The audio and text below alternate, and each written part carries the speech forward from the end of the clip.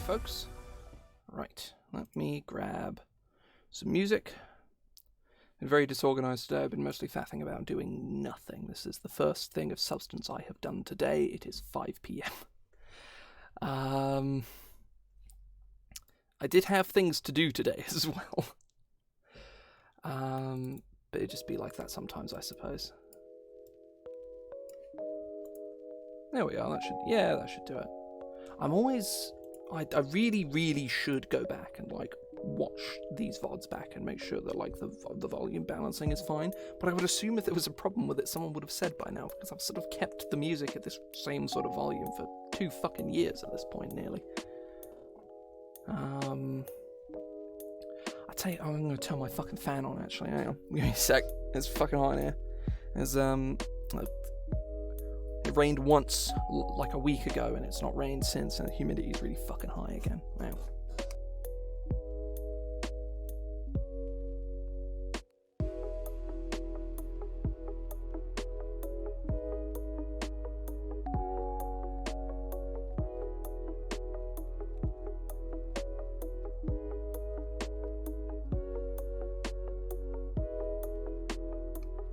Right.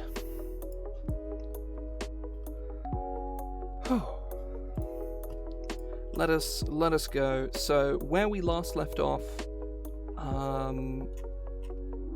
we had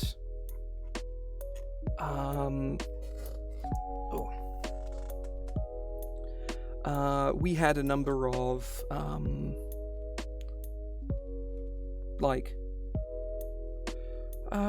on, let me actually look and make sure what we did. Oh, we worked on some spells last week. That was one of the main things we did. We made a whole bunch, and I'm fairly happy with how they turned out. Also, I want to sort these by level and then by... I'm going to do this. And then... this. Sort by level first, and then alphabetized afterwards.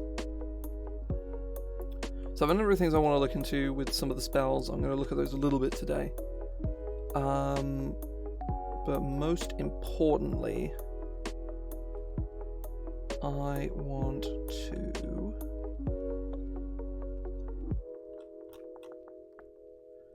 go over to, I think Sigil of the Asteroid is probably where I want to start. There was one thing I was going to look at.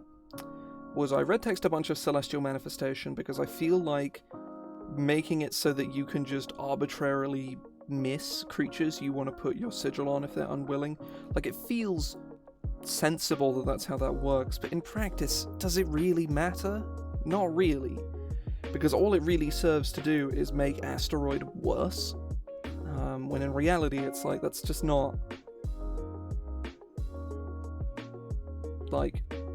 it's not useful. Also, this ability needs rewording, like, considerably, because, yeah, this ability doesn't actually make any sense. Actually, no, it doesn't need considerable rewording. It does need rewording, though.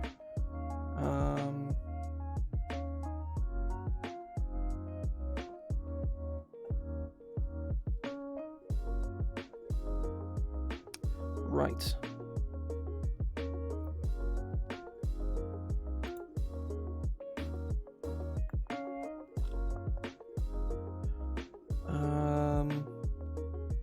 Yeah, so Celestial Manifestation, basically it is... you can manifest your Astrals or Sigil on a creature, an object, or a surface you can see within 60 feet of you. And we can just remove all of this, and all of this. And I genuinely don't think that this really changes anything. It makes the feature just easier to use, and less frustrating, because it's not like you're limited in uses anymore, so just missing would just be an inconvenience, because you'd waste a bonus action. Pretty good. We're just starting up. I've just chopped some of the chaff out of Celestial Manifestation, and I'm fairly glad that I have. I just need to go through and fix spatial. I can also cross this here. When you manifest your sigil, on a creature.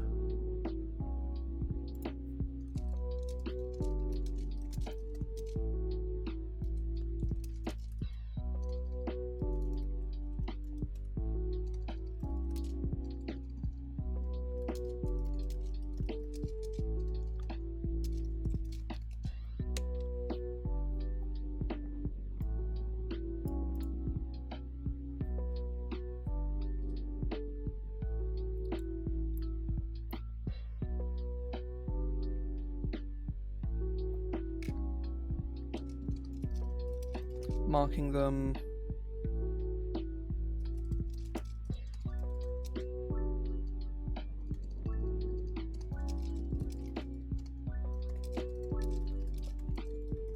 Marking them for as long as your sigil remains manifested.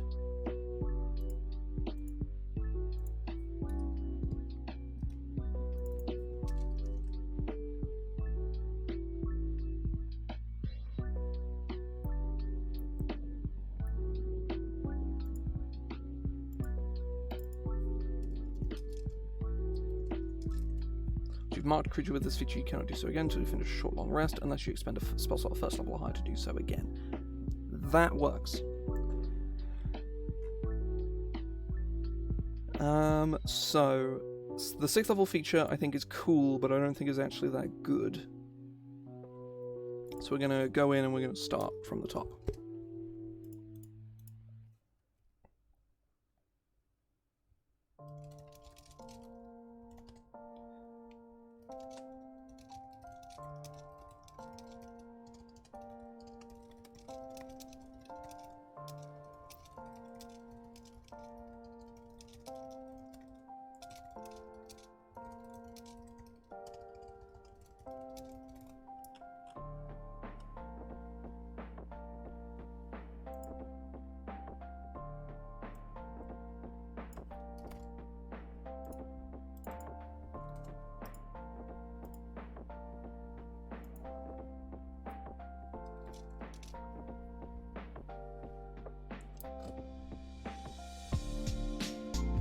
You may expend a spell slot of...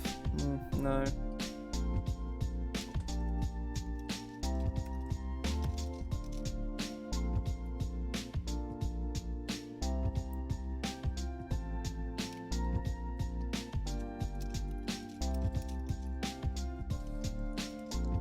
To evoke one of the following effects.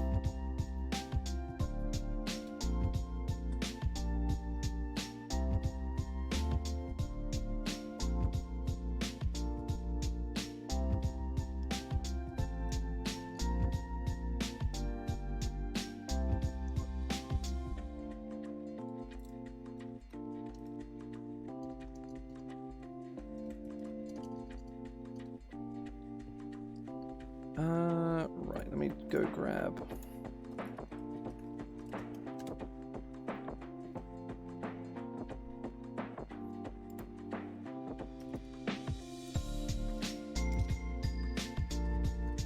So, collision course...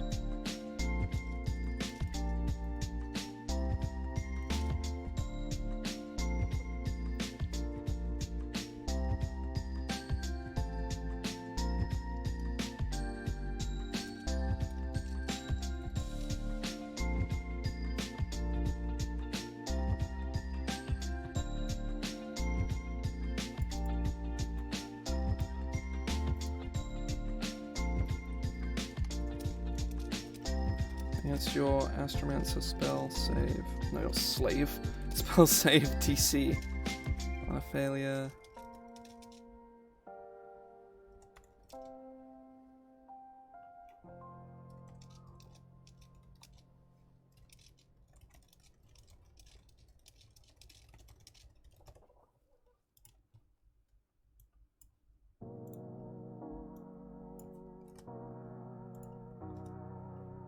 Oh wait, no.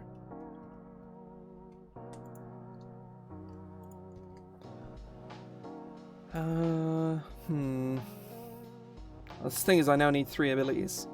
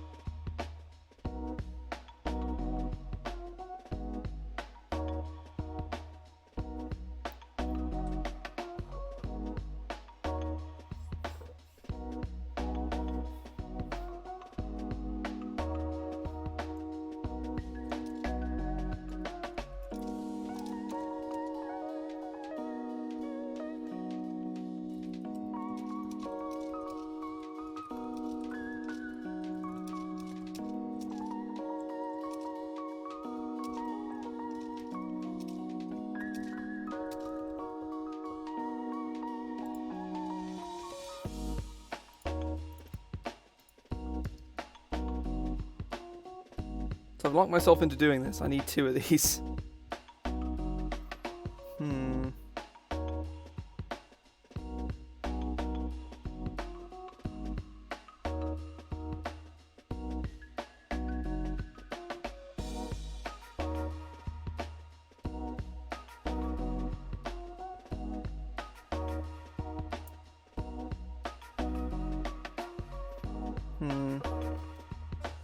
I guess there's sort of a fairly... Oh, shit. I pressed Control O instead of Control I.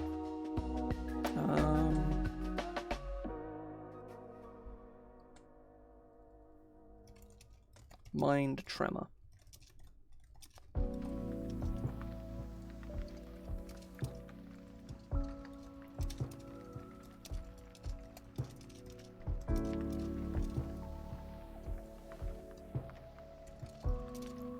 Disadvantage on attack rolls and ability checks at the end of its next turn.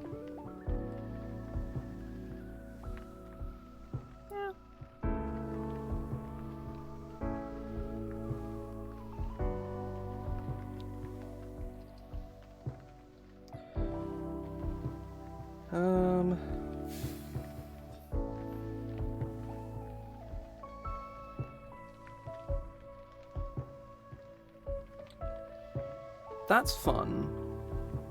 I don't know if that's necessarily useful though, because either you're melee and you're already in close range, or you're ranged and that's the opposite of what you want.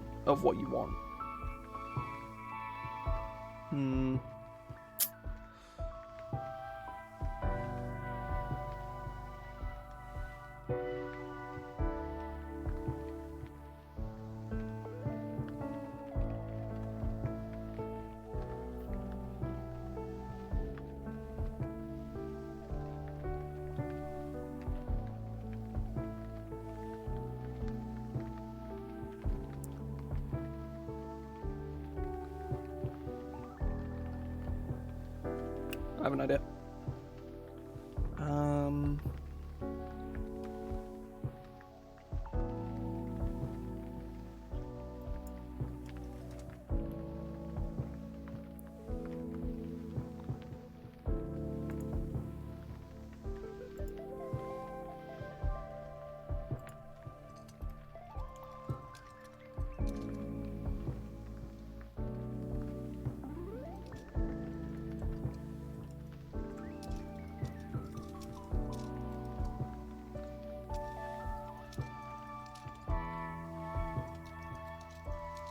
If I have a reduced sphere around the token is filled with...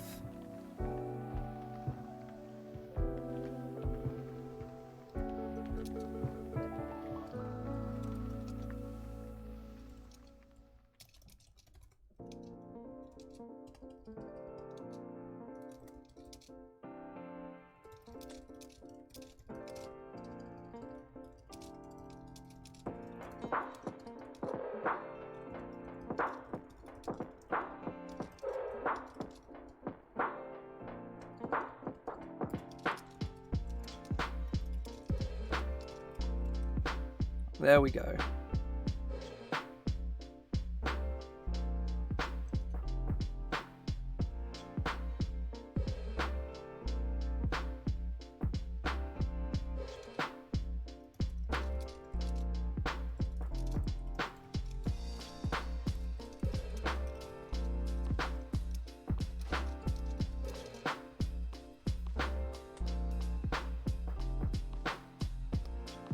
Increasing by 5 feet at...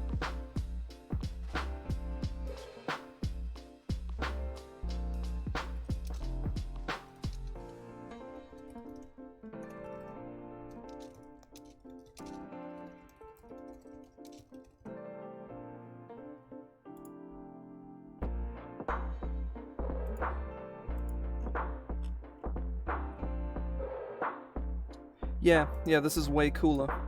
I don't know if it's necessarily better or worse than the old Might of the Meteor, but this is cool.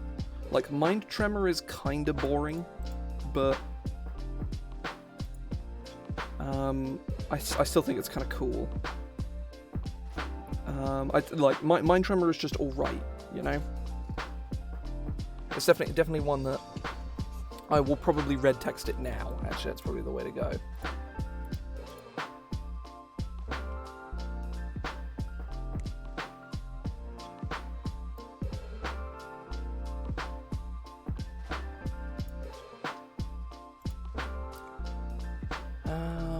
Right. Invoke one of the following effects.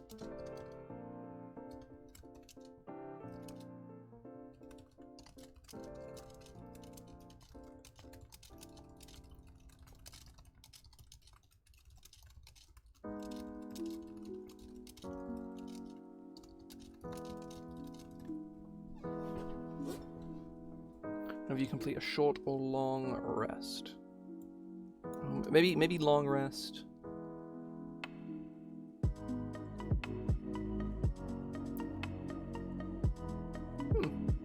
I guess that's not too overwhelmingly surprising. It is. I guess it's like a non-material, or well, it's dust, or gas. I guess gas, probably gas and dust, realistically.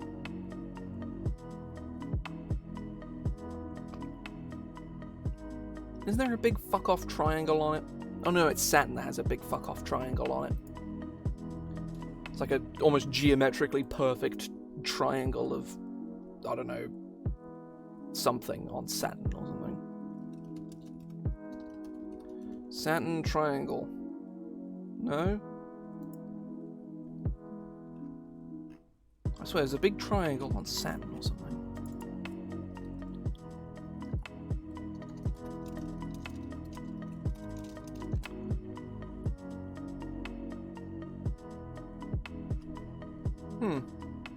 Well, nothing's coming up, so I might be thinking of something else.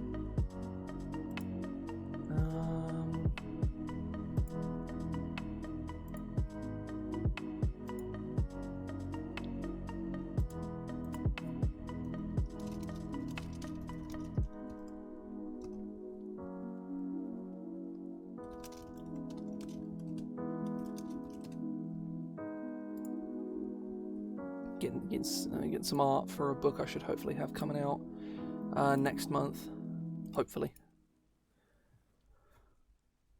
AJ is doing a very nice job of it. It looks very good.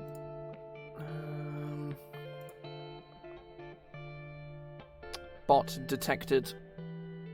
I say that I'm actually I'm gonna go double check because I'm 100%. I'm like a little belligerent with it. And I would wager a bet that I've accidentally banned like an actual human person. Probably only once, but I've still probably done it. Oh, that's 100. That's a bot.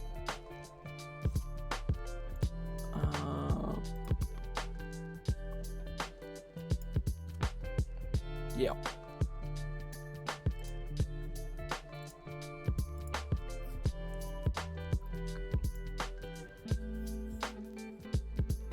It's like it's either like a nonsense series of numbers and letters, or it's woman name, animal, number. Oh, damn it, just ban Joe real quick. I could actually time out Joe as a meme, but I'm not going to do that.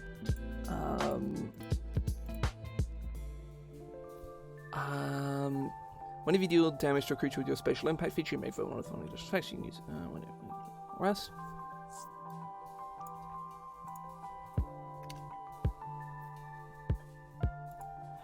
I might. I think it's quite recent. I can't remember where though. It's like, I swear it's Saturn. Hang on.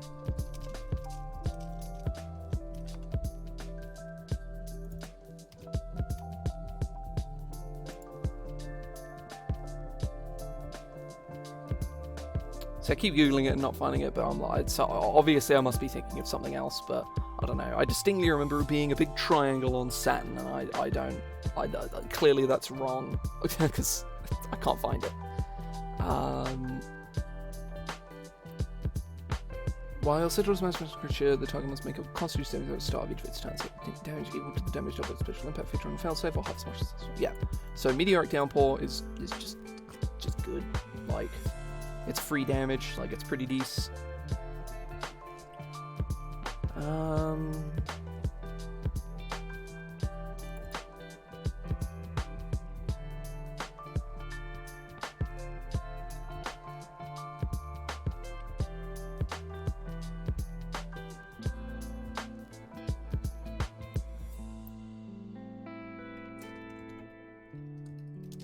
Cataclysmic Might.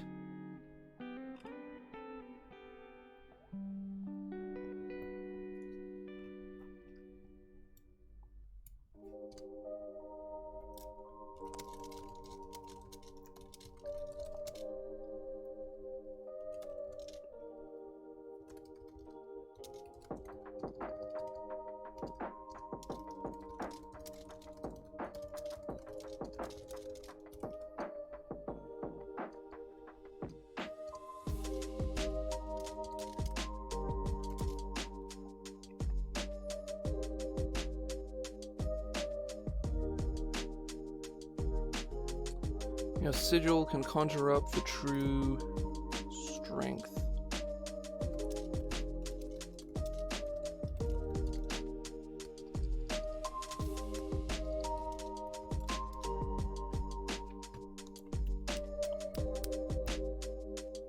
Need to go look at Arcane Arch. I think Arcane Arch has the wording I'm looking for. There.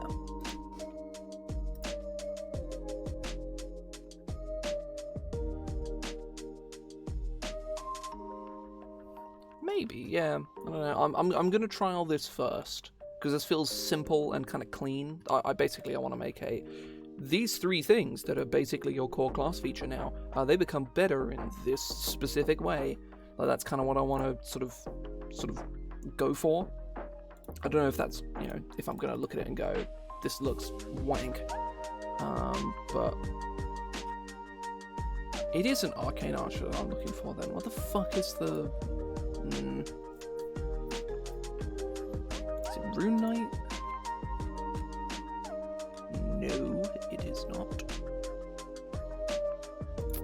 Shit.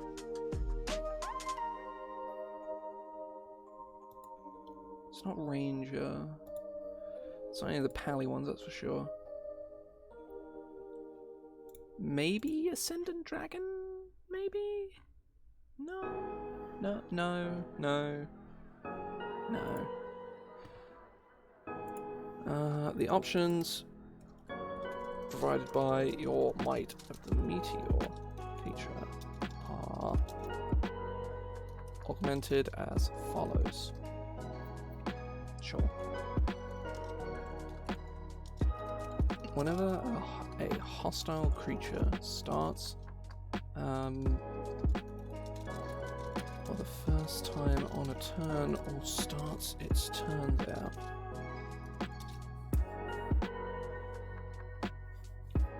it takes...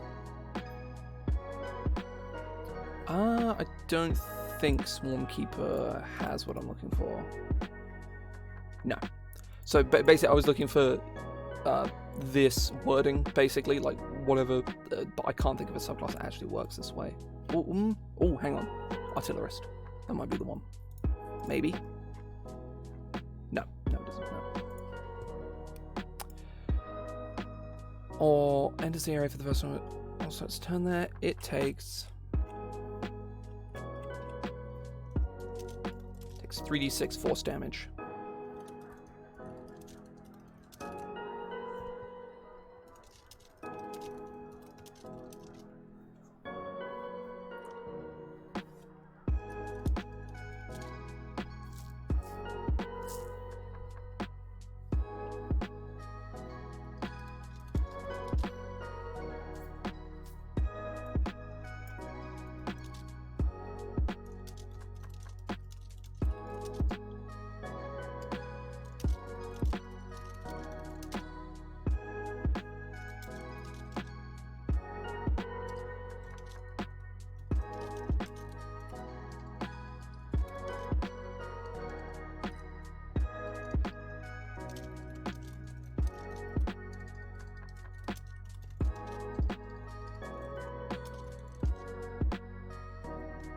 Let me go read Fling.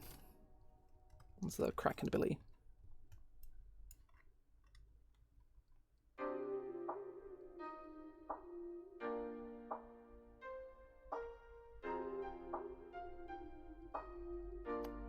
No, I don't think so.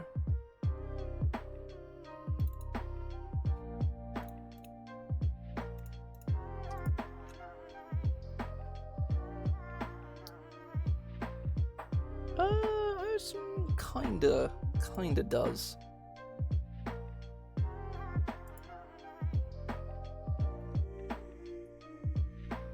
Yeah, it's not quite one-to-one, but I'll come back to it.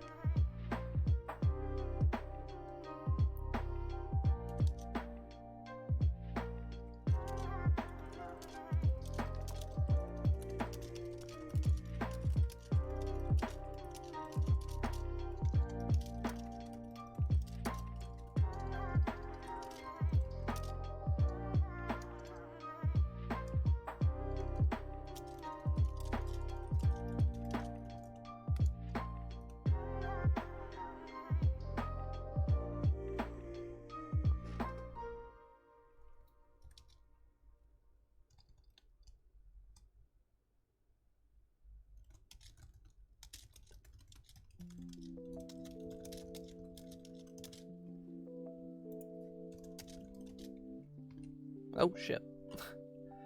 Maximize control down. It's not what I wanted at all.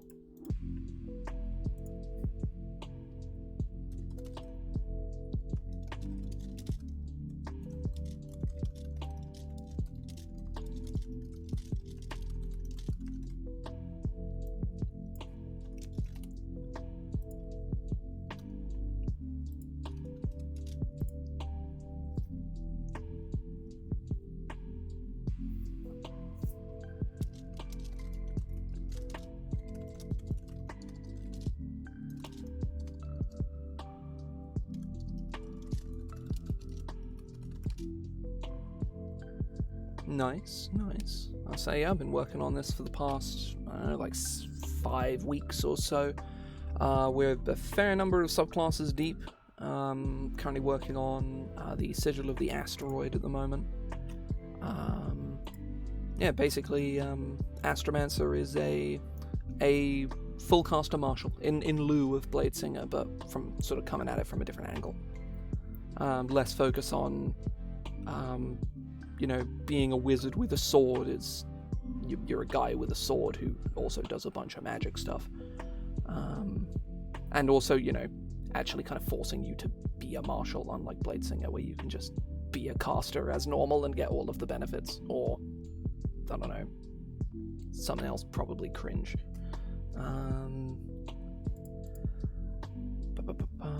Is the push? Right, if the target collides with a solid surface, it stops and takes 1d6 force damage for every 10 feet. It was pushed. Oh no, I don't think I need to put. If the target is pushed into another creature, that creature must make a dexterity saving throw against you. That creature must make a dexterity saving throw against your aspirant spell save DC. On a failure, the pushed creature stops and takes.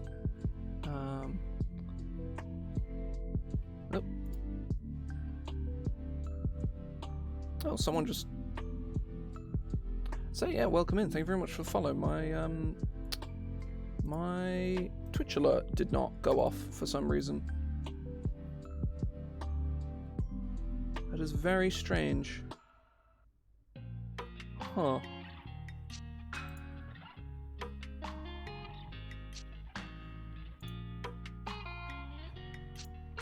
Very odd. But yeah, pretty good. Still working on, or I am currently working on the Astromancer. I think I just briefly went over it, but it is a martial full caster in lieu of a blade singer, just from a different angle.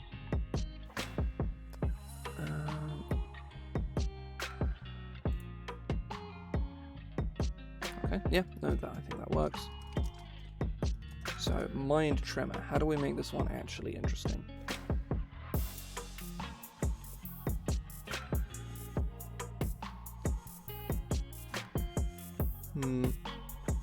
How do we improve this one?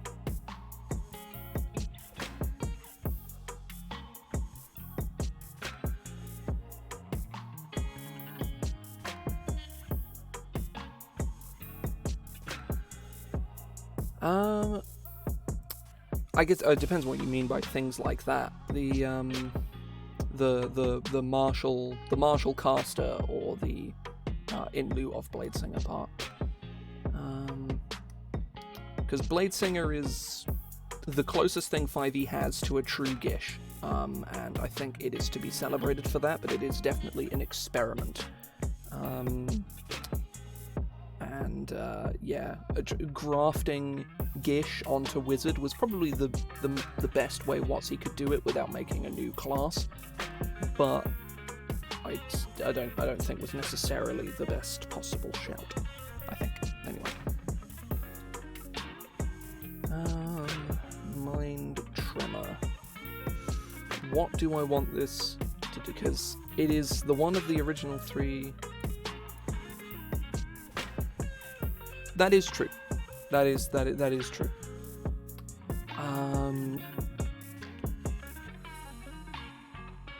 I think the main thing, certainly Blade Singer is kind of hard limited into not being, like Blade Singers can't like Blade Singers can't grow up among. I mean, fuck it. Blade Singers can sharpshooter, which is better anyway.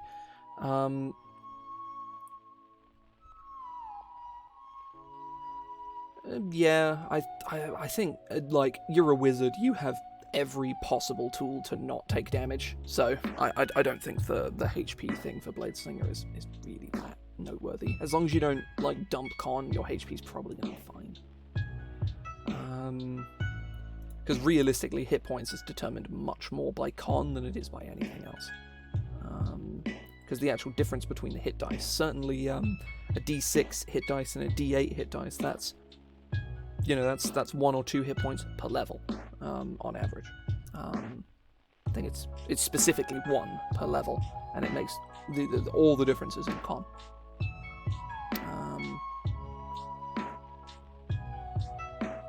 Like in one of my games, I have a rogue with a +0 con, and he's like level 10 and has 40 something hit points. Right? He dies to like 2 hits, uncanny dodge included. 2 decent hits, mind you, not like a little wiener guy slapping him or whatever. Whereas the other members of the group, who are all also He does also only have 40 hit points. But the other members of the group all also, with the exception of one, all have D8 hit dice, and they have, like, because they have good con, their hit points is, 20, 30 more hit points just because of con. So, yeah, welcome in.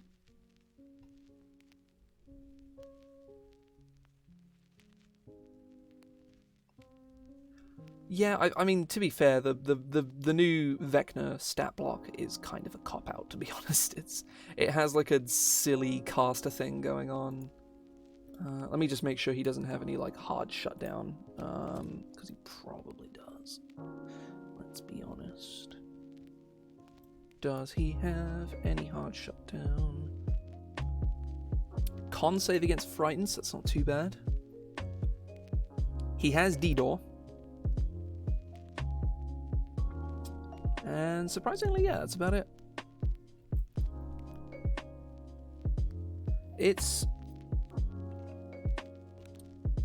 I don't think it's weak necessarily, but I do think it's kind of whatever. The fact that he doesn't have legendary actions, Like, he doesn't have any. Yeah, no, yeah, no.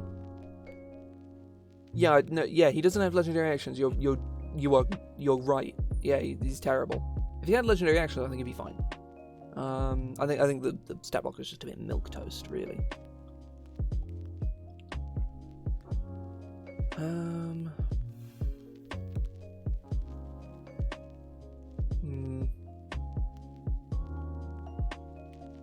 Yeah, I don't think he's countered by marshals necessarily. He doesn't really have anything that deals with them beyond dimension dooring away from the melee dudes, which, you know, that's a problem that all melee dudes have, is that they're just kind of bad. Which is real sad, because melee is way cooler than ranged. Because there's one way to describe shooting a guy with an arrow, besides where you shoot them, I guess. Whereas there's a million ways you can describe turning someone into jam with a fucking, I don't know, any melee weapon, really.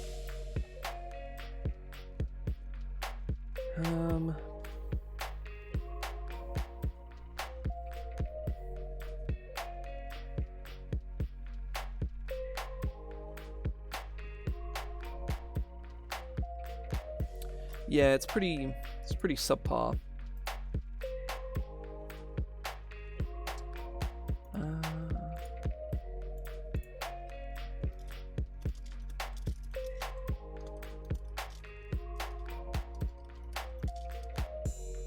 No, I'm not going to give them the disadvantage on saving throws. That's insane.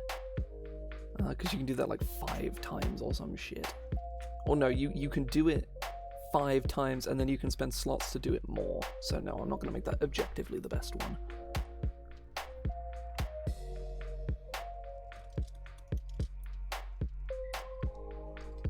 Ooh.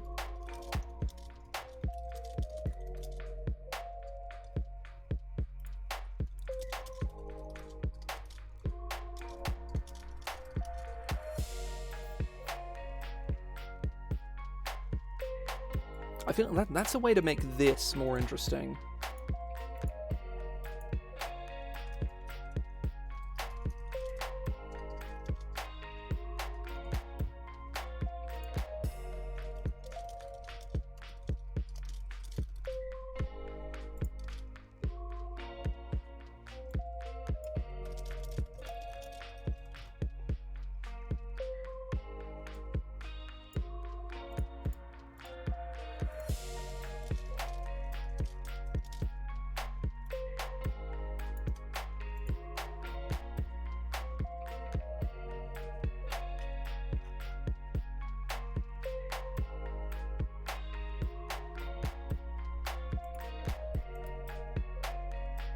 Yeah, this feels suitably very strong. Whereas these ones feel much more situational, but also fairly interesting. There's ways you can get benefits out of these. I'm quite happy with this. It really sort of encourages you to be martial, go face. You know, this is the one that gives you a fighting style. It's the one that encourages you to weapon attack more. This feels good. I like this. Oh yeah, I've given it. I was looking at it very briefly just now. It's yeah, he has like 200 hit points and no legendary actions. Man's gonna die in a single round if he rolls bad initiative against you know, like say a party of 5 with even one remotely optimized marshal. Yeah, he's dead in a round.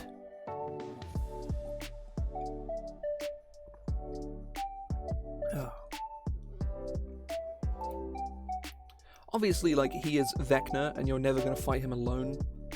He's going to have fucking armies of, you know, zombies and, like, other undead nonsense, like, because of course he fucking is. Like, why would he not? But even so, you know. Ugh. Well, we still need to sort of fill out this, this spell list. I am very, like, this is, you know, the meat of this subclass is finished, and I'm very happy with how it's come out. I think it's cool. So I got Sigil of the Crucible, you get Bless, you get Sanctuary.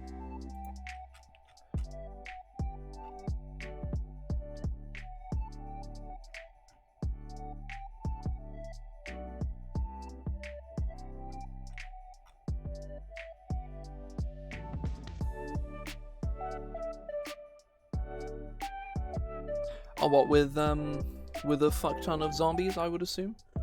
Or just alone?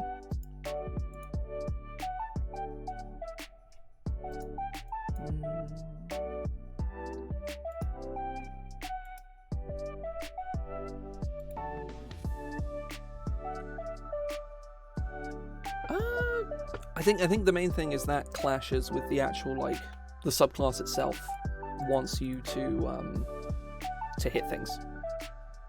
Oh, okay, yeah, I guess they just win immediately. Damn. Yeah, that's rough. Oh well. I mean, it's one of those things where WotC probably threw that entire thing together, and you know they got their fucking intern to throw it together in an afternoon, like you know.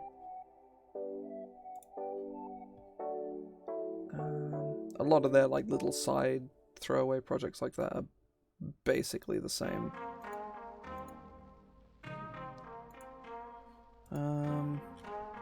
Right.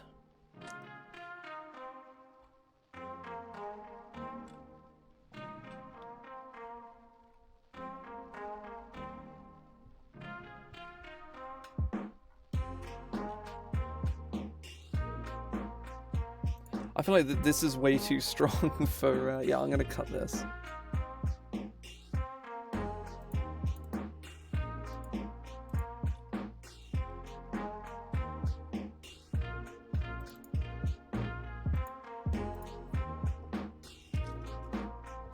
You shouldn't be able to pull weapons out of enemies' hands quite so easily. So yeah, I'm gonna cut that.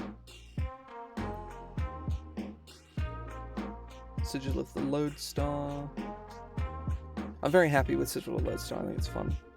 It's not 100% on this ability, but I'll come back to it another time.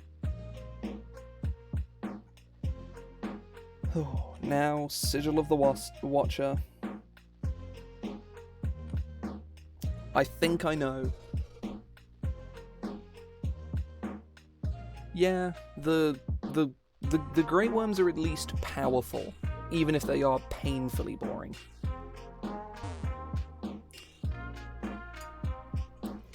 Not all of them are specifically based on celestial bodies. Like, in fact, I think the Asteroid is the only one that is. Yeah, Asteroid is more about, you know, the power of, you know, giant objects hurtling through space. The Crucible is about, like, a nebula protecting things inside of it. Event Horizon is about the destructive pull of gravity. Lodestar is about like guiding lights and shit like that, which is explicitly what a Lodestar is. And Voidwalker is about, you know, the dark abyss of space.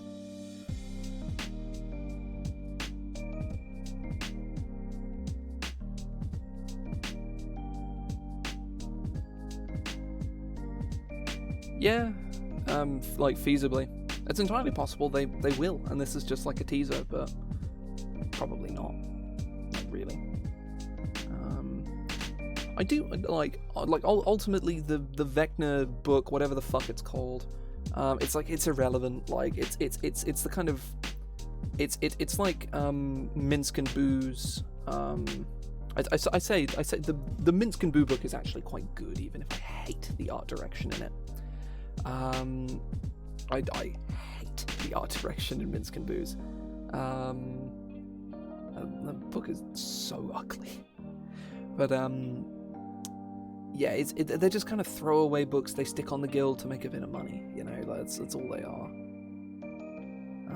I don't think it's necessarily been like mismanaged or anything. It's just kind of a throwaway product that I'm surprised anyone bothered buying, really. Like the new Vecna redesign is cool. I like his visual design. I think it's cool. I think he actually looks really great. It's not necessarily something I would have expected them to say or to do, but I like it. Yeah, quite possibly. I think the main things I've been struggling with, because the flavor can come whenever it comes, but the main thing I've been struggling is with it for a second level feature, and I think I know what I'm going to have to do, even though I don't really want to do it.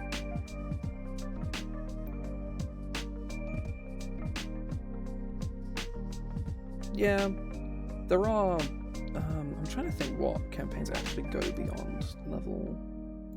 Because I think Rise of Tiamat goes to a pretty high level. Obviously, bad example, because it's a terrible fucking adventure, but I'm actually curious as to how high it goes. Ooh. Oh, I drew my bobby pin. Shit. It's the only one I have.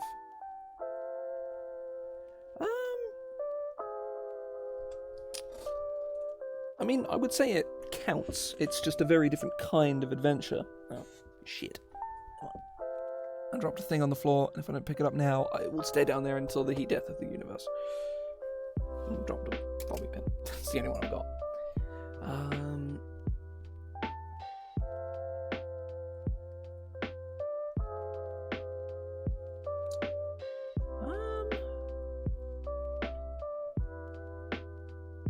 They should start at 8th level.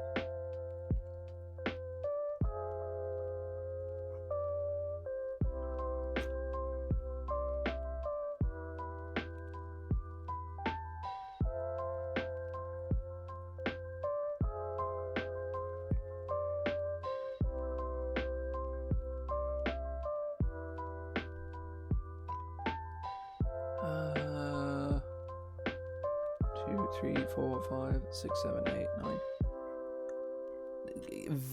At a vague estimate, because it doesn't straight up just tell you, but you should probably finish Horde of the Dragon Queen by about 17th level, which feels like a high level campaign to me. You start at 8th and finish at whatever, but Horde of the Dragon Queen is fucking terrible, so who cares?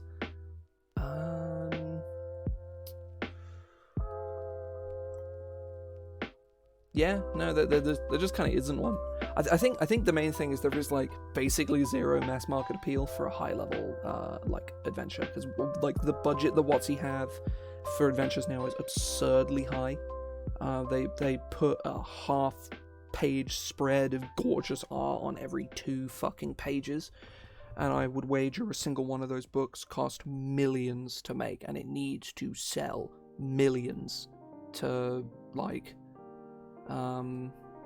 Oh yeah, it would be pretty sick, but it's like I'm not convinced of the market for it, and I think it's because if WotC thought there was a market for it, they would have done 3 of them already, right? Like, given that this edition of the game has been running and is nearly over in a sense, like 5.5 is a couple years away. Like, whatever the fuck D&D Evolution's gonna be, it's gonna be 5.5, but, like, whatever.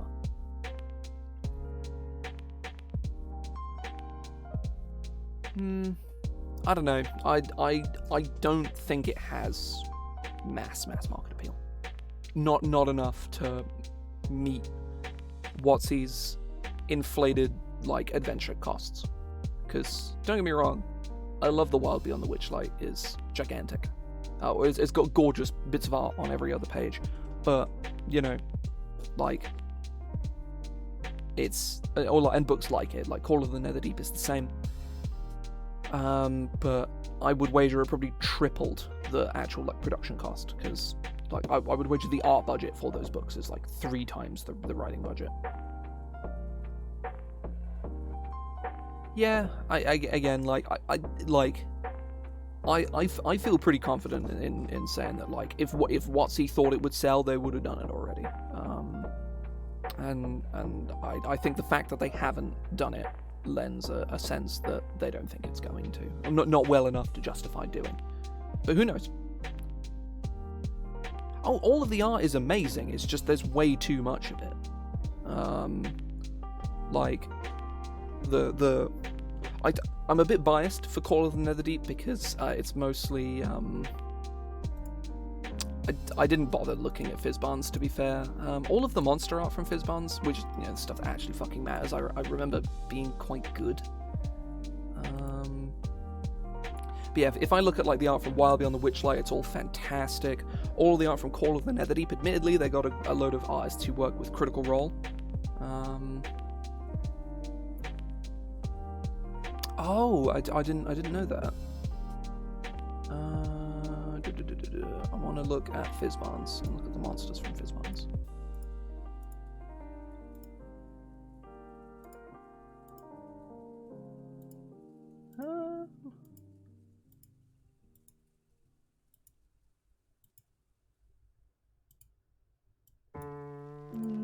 I'm sort of scrolling through. I'm not seeing any magic art. Certainly in the monster department, that's for sure.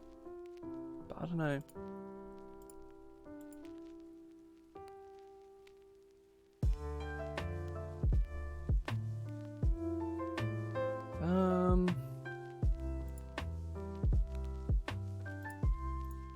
Let's find out. I assume green great worm. Oh, right, no, just the original amethyst dragon. Where's the amethyst dragon? I can't see it.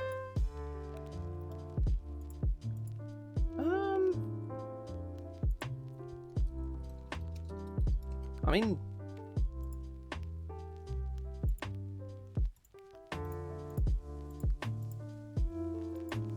actually kind of similar. Yeah, no, these don't look like they're clearly different artists, but you know, there's a concrete art direction here.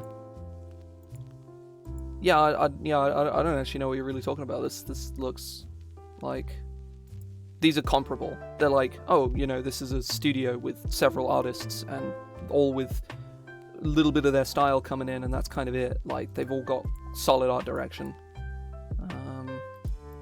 I say, yeah, I think all of the art in all of the books has gotten, aside from a little bit of reliance on magic art, which I can understand, like, ultimately, and all magic art is good anyway, so who cares? All of the art in the recent books has been very, very good. I can't think of any standout things that I've seen, at least, that have been in any way subpar. A lot of the stuff, like, again, Call of the Netherdeep, they use a lot of Critical Role artists rather than the normal people WotC hires, so a little biased, but the Critical Role, like the Call of the Netherdeep art is, I say I'm panicking, it's literally like right here. I say all my books are right here, but Call of the Netherdeep is on top of the pile. It's incredible, so good.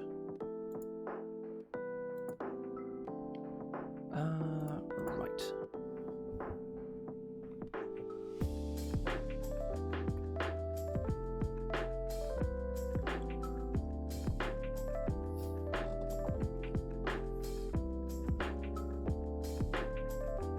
Yeah, I say I don't have the book in print. I've seen a lot of the monster art just from like indexes and shit, but I don't actually like Fizzbarns. I was like, Fizzbarns is like a pretty shit book. There's not really anything of substance in it.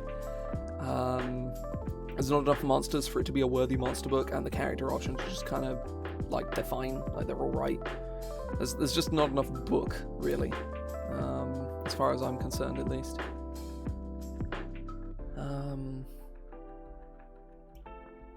Right. So second level.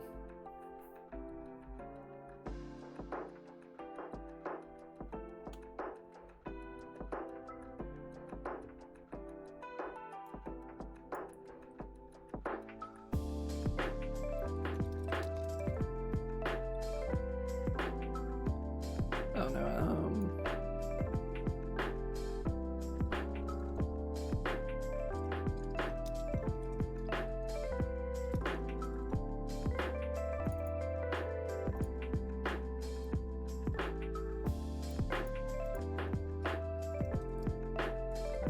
Additionally, you improve the perception skill when you just second level.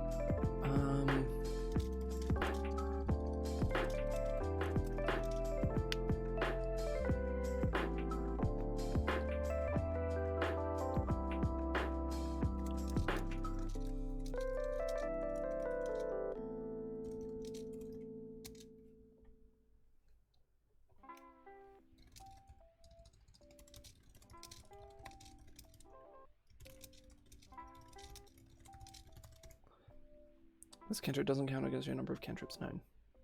Yeah, sure, why not? Bonus cantrip can't hurt. Let you sort of get a couple flavor picks in and whatnot.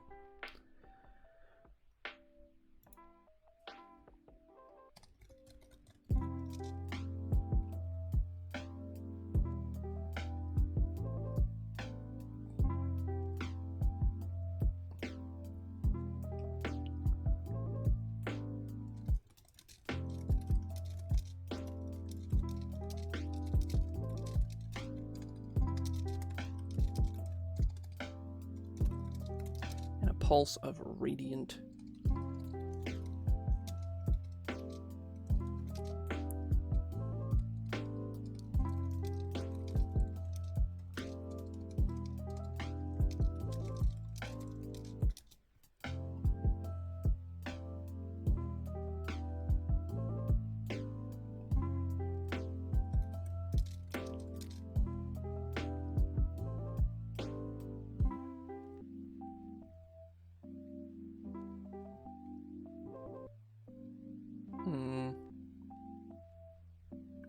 Hang on. Oh, I have an idea.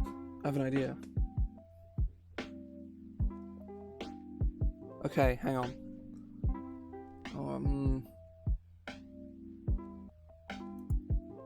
Yeah, okay, no, I'm gonna stick with this. I have an idea. 20 feet of sigil must succeed on a...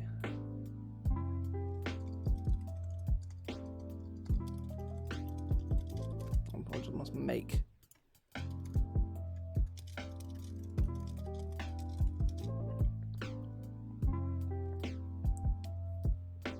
On a failure, a creature takes... Is it 20 feet or is it 30 feet? I can never remember. It is 30 feet.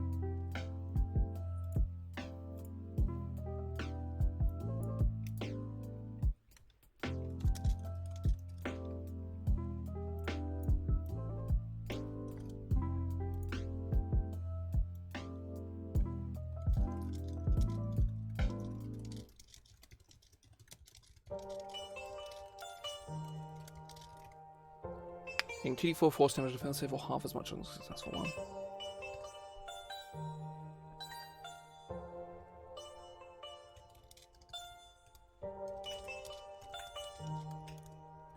While your sigil is manifested,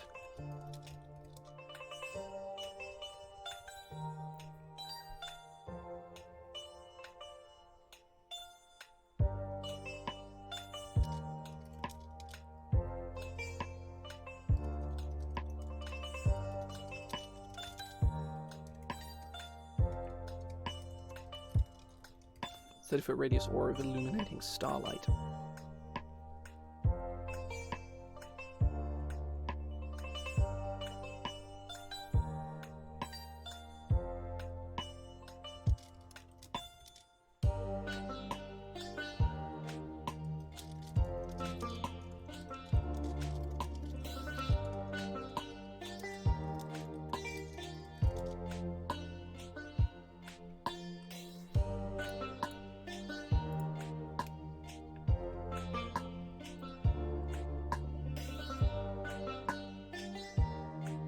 That's not what I want. I want Cradle.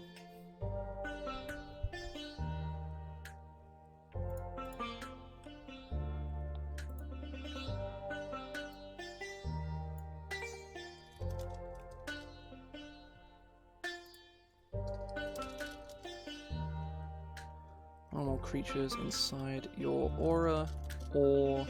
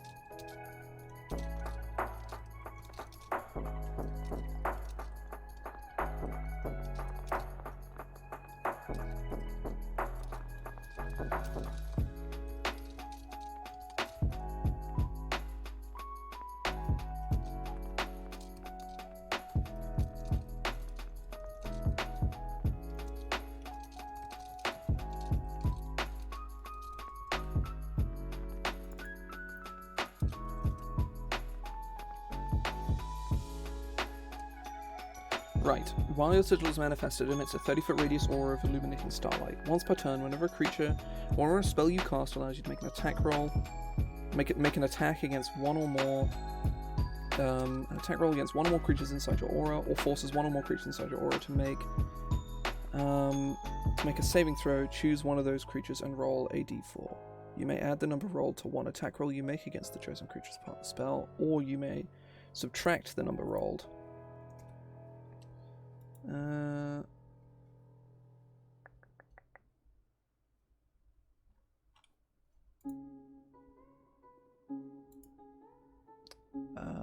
What am I looking at? This is an empty Imgur album. This is too wordy. It does what I want, but it's too wordy.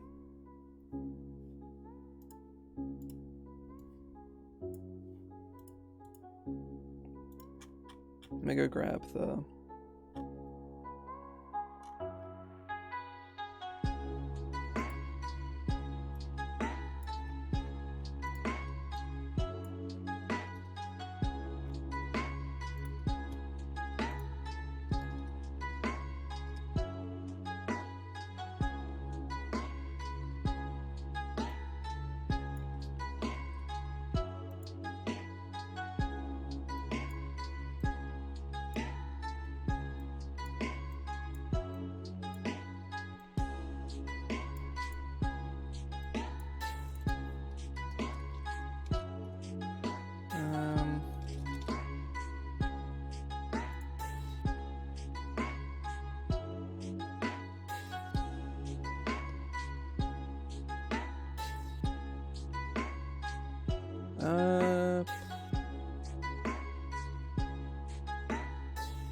Yeah. Again, like the green dragon is that's from the green dragon from Adventures in the Forgotten Realms.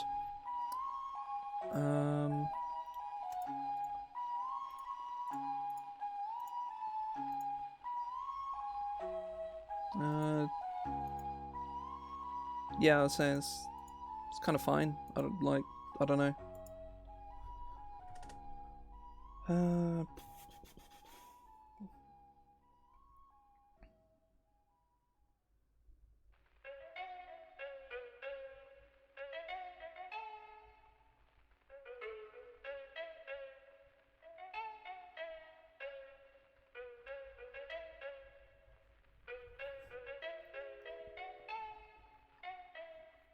When you manifest a sigil with a pulse ring starlight, each hostile creature within 30 feet of your sigil must make a constitution saving throw, taking 2d4, force damage on a failed save, or half as much on a successful one.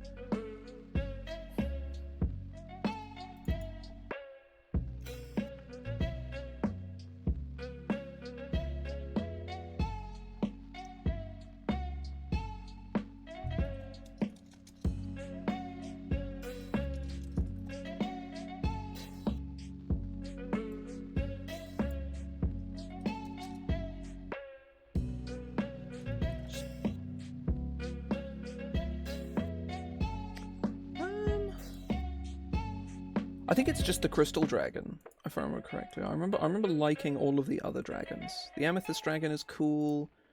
Yeah, the crystal dragon looks very silly. The emerald dragon is kind of neat. It's weird, but I like it. The moonstone dragon is very cool.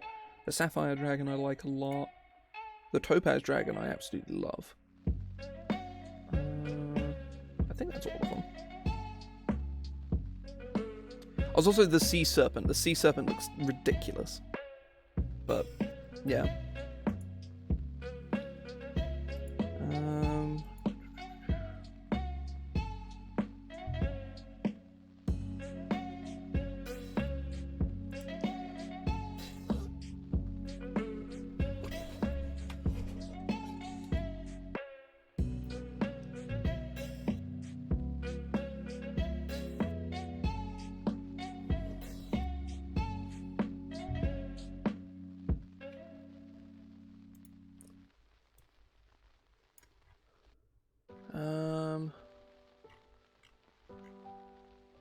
Yeah, so it's just, that's, Jaded Sellsword, I think.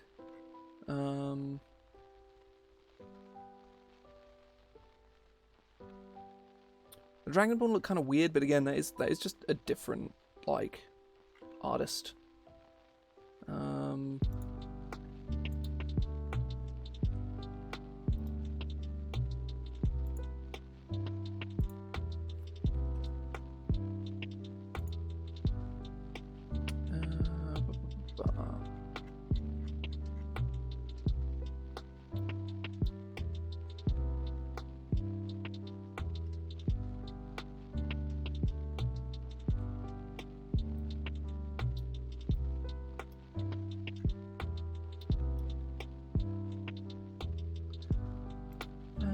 Right. And then I'm gonna roll to one attack when you make its chosen creatures part of that spell. Yeah, this whole section this needs rewording. Once per turn, where a spell you cast allows you to make an attack roll against one or more creatures inside your aura, or force one more creature inside you. And roll d4.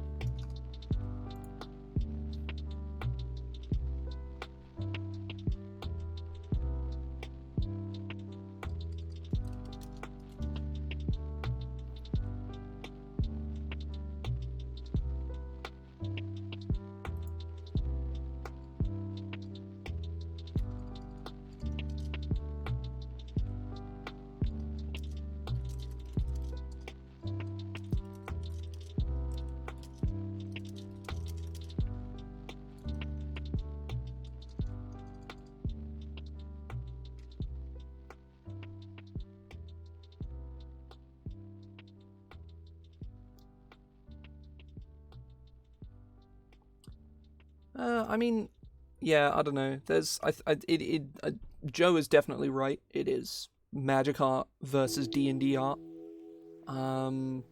because they're both different. But if that's how WotC save money by using good art from Magic products in their D&D books, then I think that's like kind of whatever.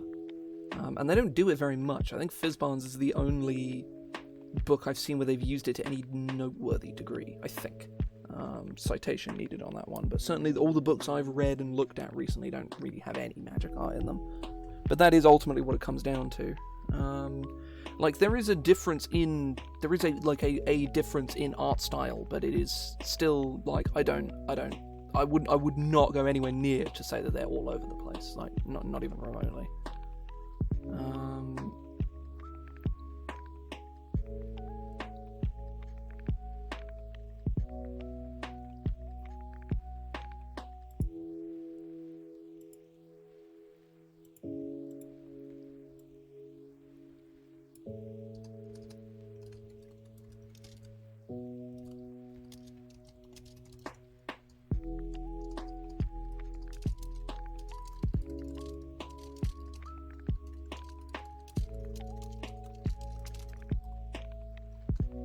Yeah.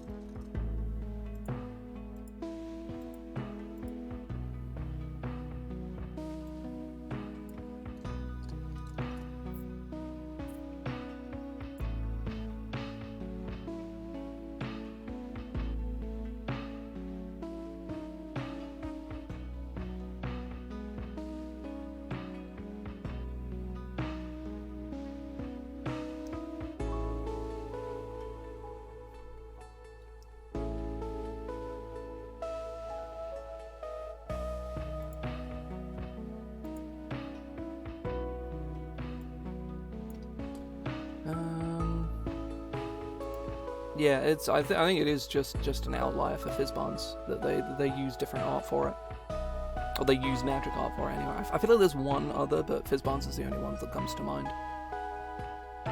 Nice. It's been fucking forever since I've had tuna. Oh, that's true. Yeah, there might be some in OwletCaity's. There probably isn't, though, because most of the art in Murdy's is just stuff from original Murdy's and Volos, right? I don't see a reason why they wouldn't. Why they would. I don't think they have a reason to use art that is from Magic. Whereas Fizzbarns was definitely a, we don't want to do new art of green dragons. Yeah, say, like, I am, like, 99% certain Fizzbarns is the outlier. All of the art in Witchlight is great. Like, it's all fantastic, and, like, I know for a fact there's no magic art in it. And the same can be said for Call of the Netherdeep.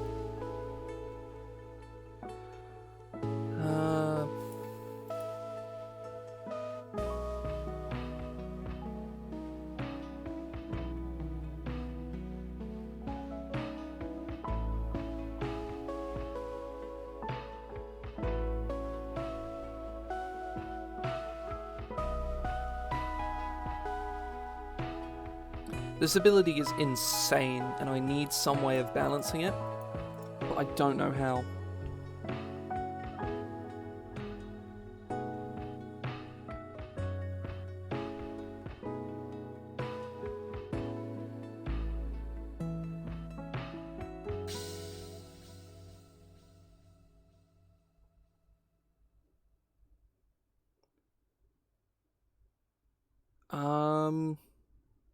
I don't know. It's a bit of both, I think.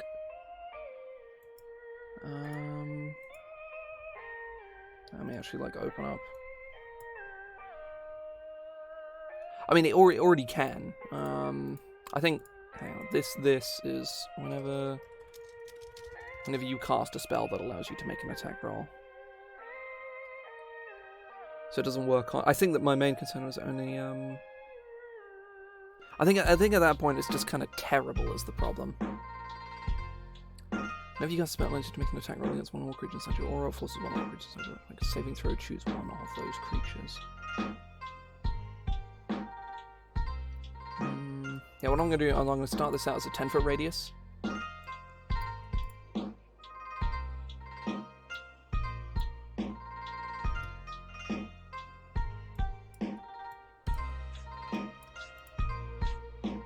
Bump the damage. Actually, no, I'll keep the damage as is. Whenever you cast a spell, you can make an attack roll against one or more creatures inside your aura, or forces one or more creatures inside your aura to make a saving throw, choose one of those. Yes, that is... That I think is definitely the way to go.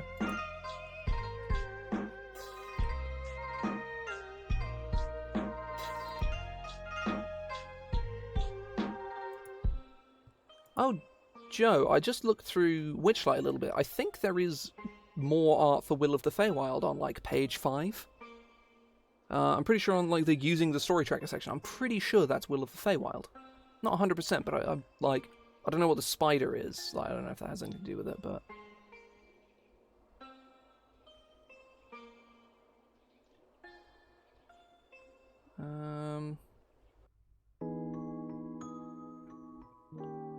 I don't think that makes any difference at all. I staunchly think that, like, super doesn't matter. Like, yeah, if they go full cartoon, then yeah, sure. But, if, you know, if there is a minor, if there is a stylistic difference, but they still use the same sort of level of realism, then I think that's negligible and entirely subjective. Like, if like...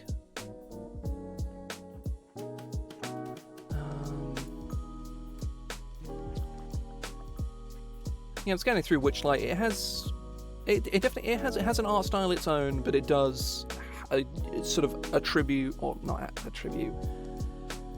It does pay homage to, well, not pay homage. It's somewhere in the middle is what I'm saying.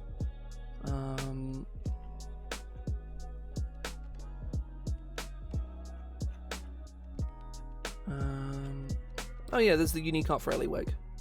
It's okay.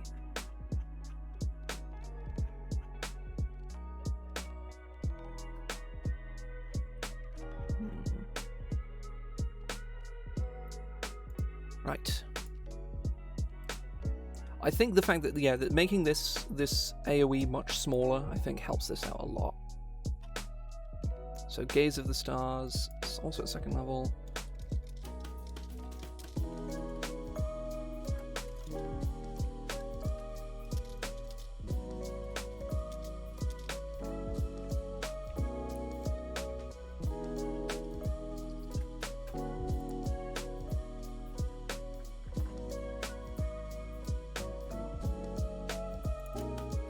Right. The 10th level feature is going to be very difficult to word. If the target creature object or surface moves, your sigil moves with it. Yeah, I think as long as you're not like hard switching between like artistic mediums and going from hyper realism to you've sort of got your three sort of axes, or not axes, your three sort of points of realism. You've got full cartoon, you've got semi-realism, and then you've got realism. Like D&D and Magicka is basically all in the middle, and one is like I mean they're both. They're probably in the same point on that axis. They're just in different places on an entirely separate axis.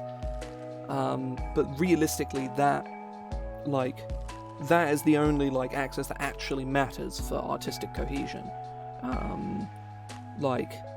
There's that like color scheme, I guess. Like you don't want half your art in black and white, or half your art as fucking like black and white, like sepia or whatever, and the other in like full color, or half of it super desaturated and some of it bright and colorful. You don't want that. But as long as like you don't do that, and realistically, and like all of your stuff is either hyper realism or sort of hyper cartoony, or sort of like whatever the middle ground is, which is where I would put D&D and Magic art probably together. I would maybe put D&D slightly more towards the cartoony and Magic slightly more towards the realistic, but again, Magic depends entirely on the artist, and D&D to a lesser extent does as well.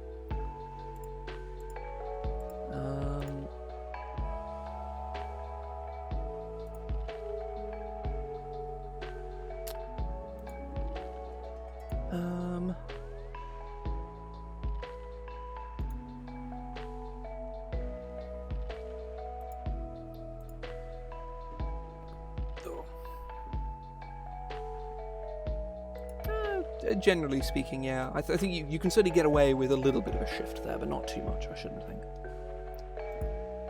Right. This 10th level ability that I have in mind is going to be a Nightmare to template, so I'm going to go take a break and get some food whilst I think of how to template it, basically. I'll be back in about 15 minutes. I'm just going to go get food because I'm really hungry. I haven't eaten in about 6 hours. Probably about 7, actually. Either way, I'm hungry. I'm going to go get food. I'll be back in about 15 minutes. See you in a sec.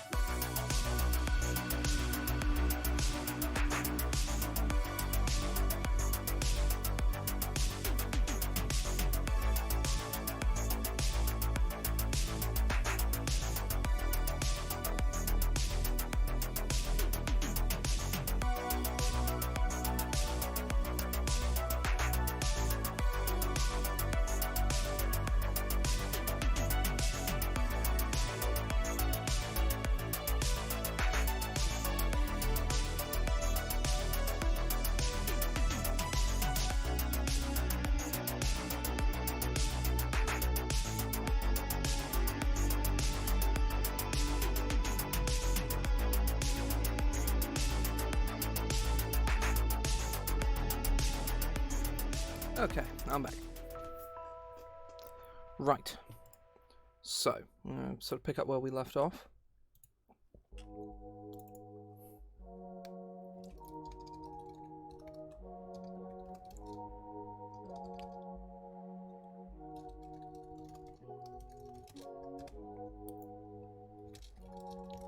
A 10th level. Oh god, I need to clear my throat. Fuck. Oh. Ah, yes.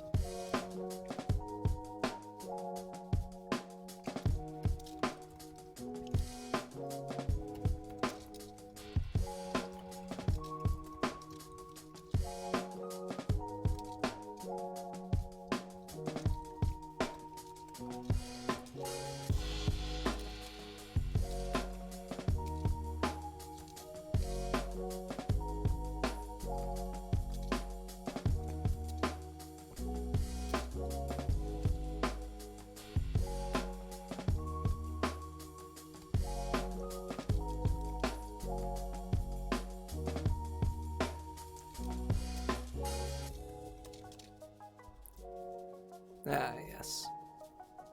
Oh. I'm not going for too much longer because I do have a lot of things I want to do tonight. But, I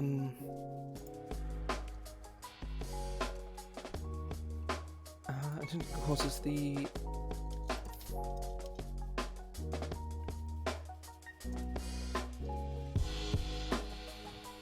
Oh god, he's kind of throwing it. Fuck. Oh. Oh. I should have got myself some water before I came back.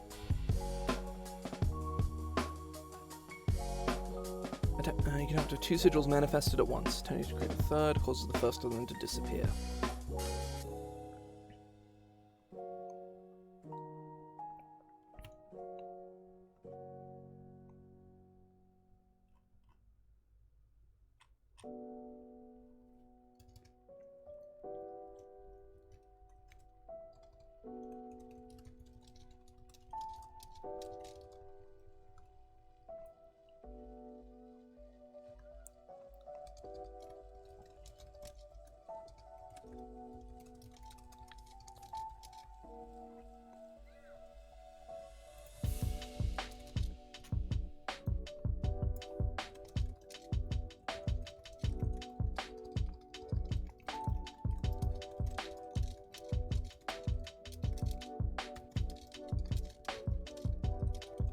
Additionally, whenever you use your celestial manifestation feature, you may use it again as a part of the same bonus action.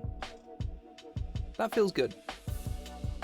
It's subtly very powerful. Like this subclass is like, aside from this fairly complex first or second level feature, everything else it gets is incredibly simple, but has a lot of potential for really like high skill play, which is yeah. That's good. I like that. Oh, that was something I was going to do. I had an idea for a spell earlier on, so I'm going to go mark that down. Oh.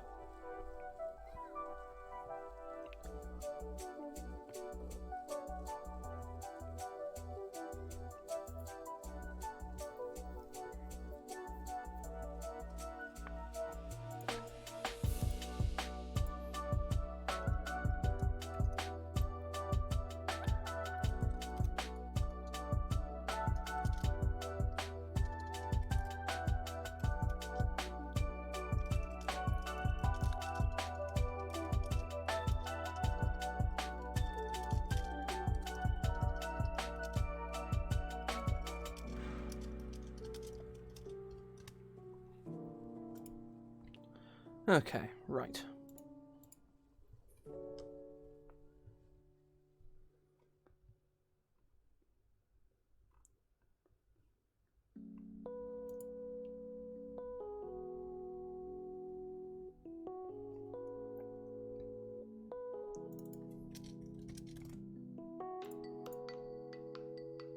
Alright, what is the 14th level feature here? What do we...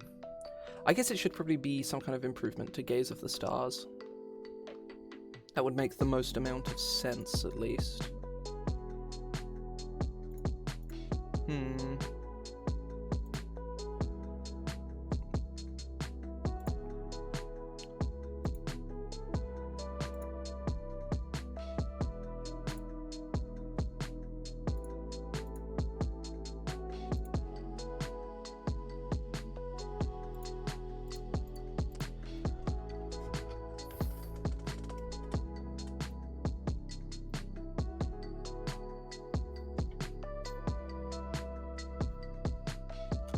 That's something how it was going to look.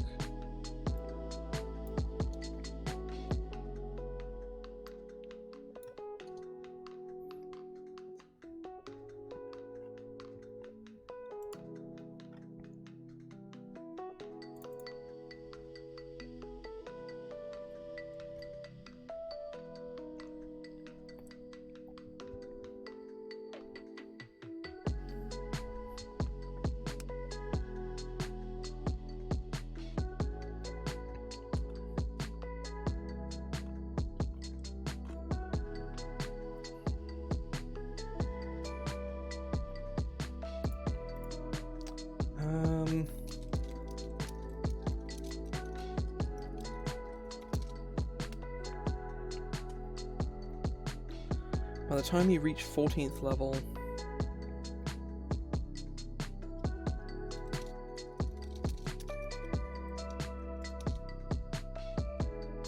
the guidance of the Father Stars.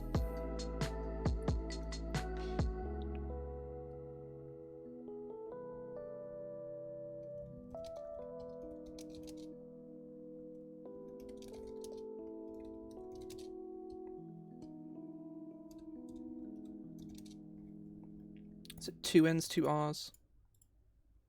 Nope. 1 N, 2 R's. With unearing.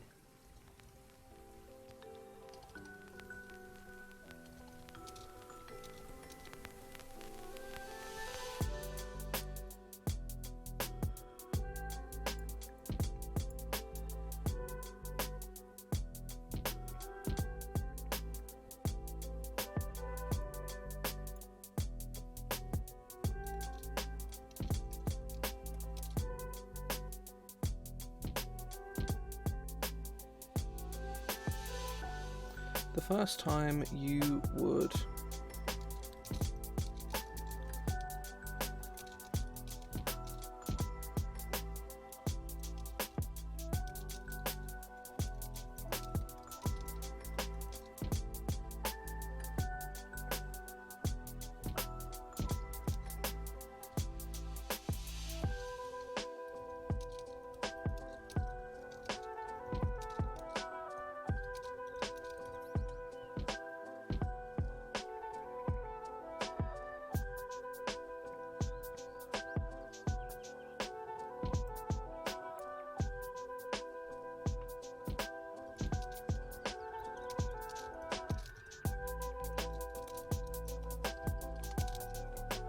you roll a d8 rather than a d4.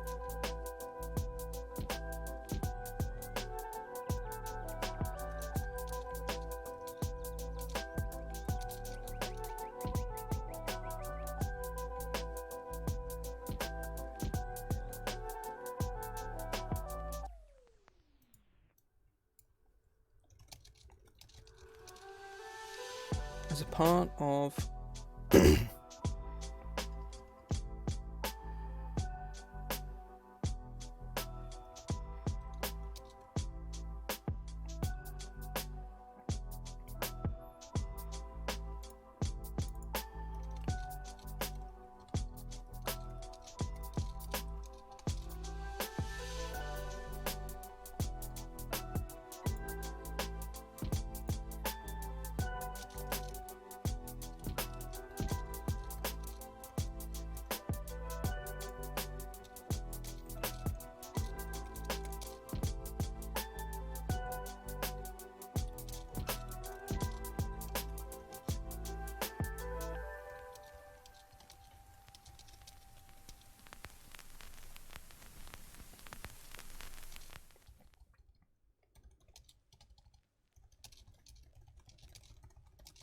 you may choose to empower it.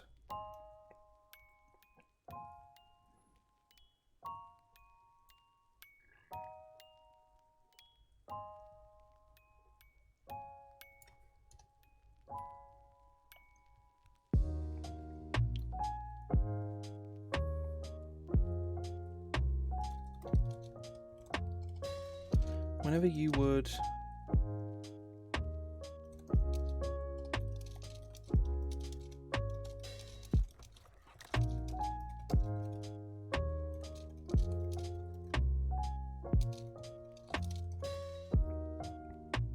So we have a couple of... I may choose to roll...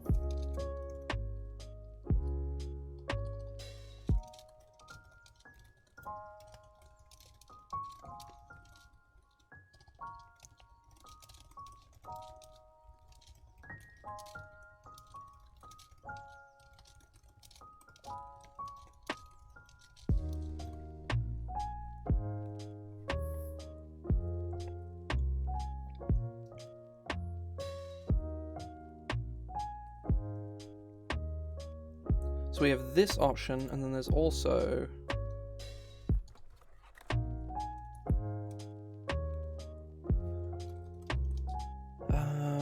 Oh god, I've forgotten what it was. Fuck. Oh, right.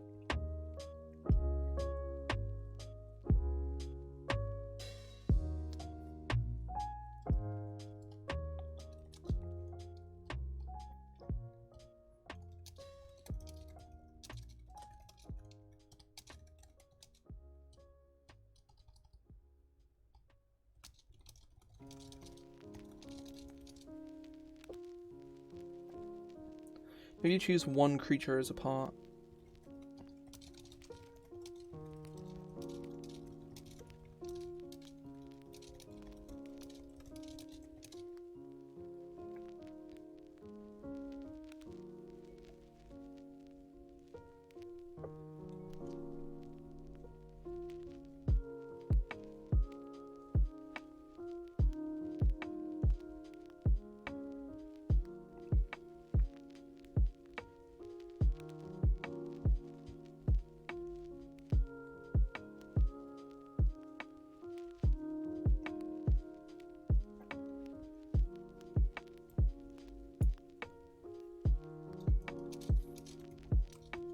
Yeah, I prefer this more. You may choose any number.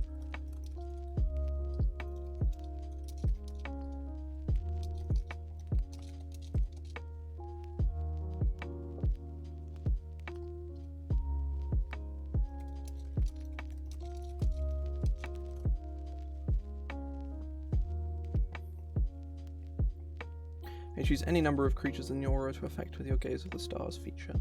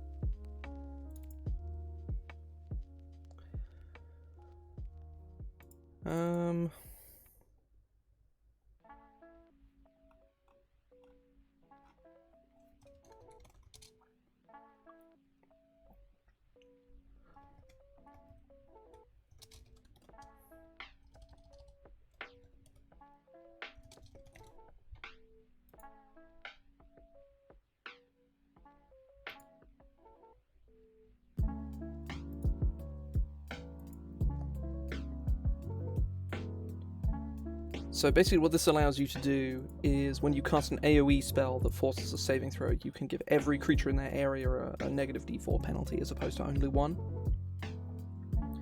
Or when you cast Scorching Ray, you can target any number of creatures in your aura and add a d4 to your attack roll against all of them. That's kind of light. Like it's, I think I'm definitely going to red text this and maybe consider like going back to the, I might put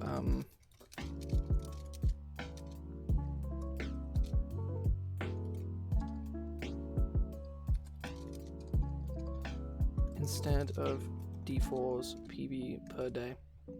Yeah, I think this feature where you roll d8s instead of d4s is a lot more dynamic and is a lot cooler. But I think balance-wise, this is definitely a lot better. I think the main thing is it's much less flashy. Like Polaris is quite good.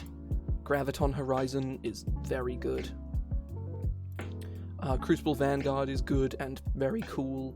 Cataclysmic Might is, you know, it's got a lot going on. Whereas this feature, Stars Align, is just kind of eh. But I don't think that's necessarily a problem. But I am pretty happy with how this has come out. I didn't get quite as much done as I wanted to, but I ended up getting different things done instead. And I am pretty happy with how this has come out. I'm very happy with Asteroid. I think Asteroid is very cool. I think sort of like Might of the Meteor, like these 3 abilities are all interesting and quite good. I think Mind Tremor not allowing reactions is incredibly powerful. Like mostly just the it is mostly until the start of your next turn. But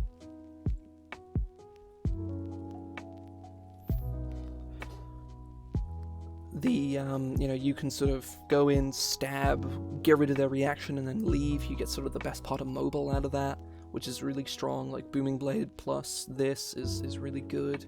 You get lots of damage out of it, especially like at, you know, like level 1 basically, or at level 6 even. At level 6 you get a lot of damage out of this.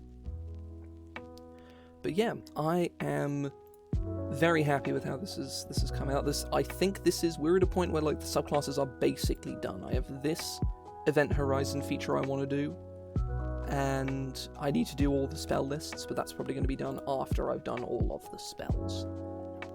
Next week I will most likely be working more on spells, I think, and then I also want to try and look at this 18th and 20th level feature. So yeah, I'm going to head off there. Hope folks enjoyed themselves. We'll be back on Monday to work more on this. I'm trying to think if I have anything that will get in the way of streaming this next Friday, but at the moment I don't think I do. But either way, I'm going to head off here. Hope folks enjoyed themselves. I will hopefully see you on Monday. See ya.